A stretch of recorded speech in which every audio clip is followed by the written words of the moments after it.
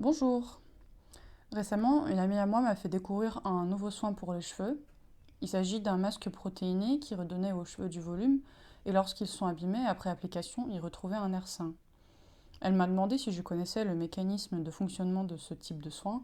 Je n'ai pas su lui répondre de suite, mais je me suis dit que j'allais entamer une petite recherche sur les effets qu'ont les différents soins et procédures sur les cheveux.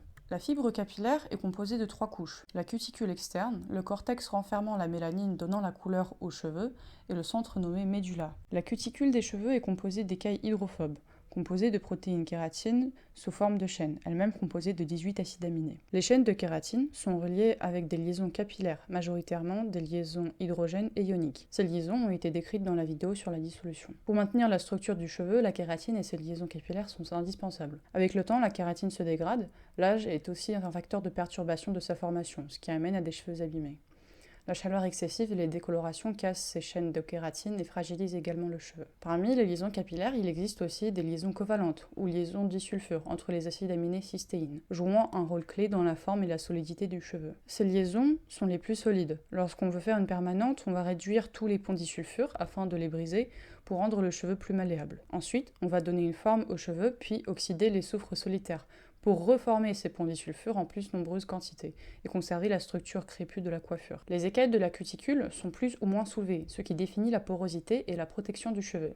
Plus les écailles sont soulevées, moins le cheveu a de la protection et plus il est poreux. Cela joue sur sa facilité à capter et relarguer l'eau et les composantes des shampoings et masques. Ces éléments n'ont pas besoin de pénétrer trop profondément, seul le cortex et la cuticule sont enrichis. Cela explique pourquoi les cheveux poreux, lors d'une humidité trop élevée à l'extérieur, prennent du volume. Un cheveu poreux a des écailles très éparpillées et donc il va avoir plus de facilité à capter ou relarguer l'eau. Donc, lorsqu'à l'extérieur l'humidité est plus élevée, pour un phénomène d'osmose, elle va pénétrer à l'intérieur où sa concentration est moins élevée. Et donc les cheveux vont prendre du volume. Ce phénomène est aussi observé à une humidité normale, lorsque les cheveux ne sont pas assez humidifiés par le biais de certains soins. Un masque protéiné peut, en fonction de sa composition, rendre ses écailles plus collées entre elles.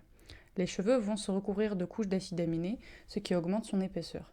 Ils vont visuellement augmenter de volume, voire devenir plus lisses et brillants. Ils tiennent mieux la forme et deviennent plus élastiques. Cet effet est cependant relativement transitoire et ne permet pas de modifier définitivement la structure du cheveu. Un autre soin peut paraître intéressant dans son mode de fonctionnement, le shampoing sec. Contrairement à ce que l'on pourrait penser, il ne va pas dégraisser les cheveux, il va juste capter le sébum excessif. Dans sa composition, on va retrouver du talc ou de l'amidon qui vont lier les particules de graisse, enlever cet effet lubrifiant de la graisse sur les cheveux qui vont naturellement se décoller du cuir chevelu et paraître plus volumineux.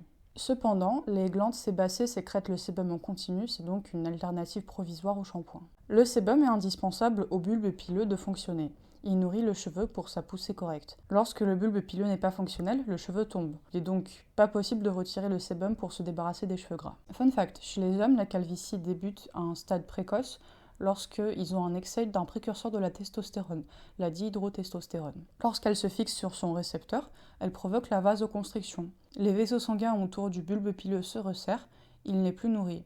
En conséquence, le cheveu ne reçoit plus les éléments indispensables à sa poussée et il tombe. Si on simplifie très grossièrement, les hommes avec des taux de testostérone très élevés ont plus de chances de devenir chauves à l'âge précoce. Voilà pour aujourd'hui. Comme souvent, derrière les gestes du quotidien à appliquer un shampoing sec ou un masque capillaire se cachent des phénomènes physiques et biologiques très intéressants et très fascinants à découvrir. J'espère que cette petite exploration du cheveu vous a permis de comprendre réellement ce qui se passe à l'échelle moléculaire lorsqu'on prend soin de sa chevelure. J'espère que ce sujet vous a plu et vous a éclairci un peu les idées. N'hésitez pas à laisser un commentaire de ce que vous avez pensé de ce format. De la bonne science est à venir. À très bientôt.